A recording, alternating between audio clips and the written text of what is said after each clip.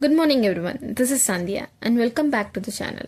Today is Thursday 8th of Jan and in this video we'll quickly cover the market recap, top news and sector performance based on Ichimoku indicator. Nifty started the session on a weak note and tried to recover, but it faced a strong resistance twice near the 26,180 and 26,190 zone, which led to a gradual decline. In the second half, the index staged a steady recovery from the day's low of 2669, but despite that, it finally closed 0.4% lower at 26,140 level. The supports are seen at 26,120 and 26,30, and the resistance seen at 26,200 and 26,350 levels. Now let's see the Bank Nifty. Bank Nifty started the session on a weak note and slipped lower before finding the strong support in the 59,860 to 59,870 zone. From those levels, the index attempted a recovery and managed to erase part of its losses, but it failed to sustain above the day's high. Selling pressure re-emerged near those higher levels, which dragged Bank Nifty to an intraday low of 59,761. In the second half, the index tried to recover. Despite the volatility, Bank Nifty finally closed at 59,991, down by 0.21% for the day. Looking ahead, 59,760 and 59,570 will act as an immediate support for Bank Nifty.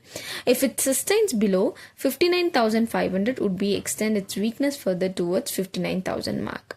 On the subside, 60,000 and 60,300 zone will act as a key resistance area, and a decisive move above 60,500 would open the door for continuation of the up move in the index.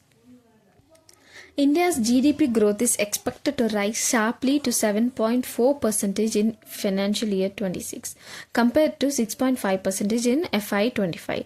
According to the government's first advance estimates, this growth is being driven by strong domestic consumption, supportive policy measures like GST rationalization, higher government spending and a favorable monsoon boosting rural demand. A faster growing economy is positive for corporate earnings, job creation and tax collection, which is in turn supports infrastructure and development spending. However, a strong growth can also keep inflation and interest rates in focus. So markets will closely track RBI's next moves. Overall, the data highlights India's economic resilience despite global uncertainties. Now, SEBI has proposed a 30-day time lag on a stock price data to prevent a misuse of live market prices by unregistered finfluencers and educators. The idea is simple. Live or recent prices should not be used to give a discontinued investment advice in the name of education. This rule is not finalized yet and is currently under public consultation.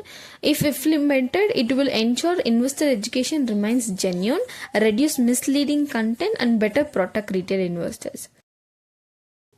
And the Balu Ford shares crashed nearly 20% today and hit the lowest circuit, and that too with very heavy volumes, which clearly shows strong panic selling.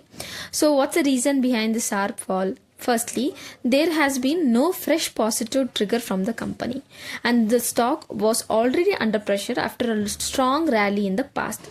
On top of it, negative news flow and regulatory concern, including reports of income tax surges, have badly dented investor confidence. Now let's see, Venezuela's stock market shocked everyone by surging nearly 50% in a single day after news broke the President Nicolas Maduro was arrested. Markets are clearly pricing in a political change. Investors see this as a possible turning point after years of economic mismanagement and instability.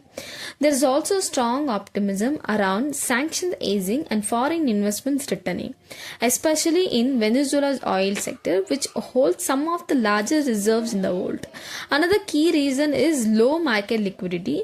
Venezuela's stock market is very small, so even limited buying can lead to a sharp percentage moves.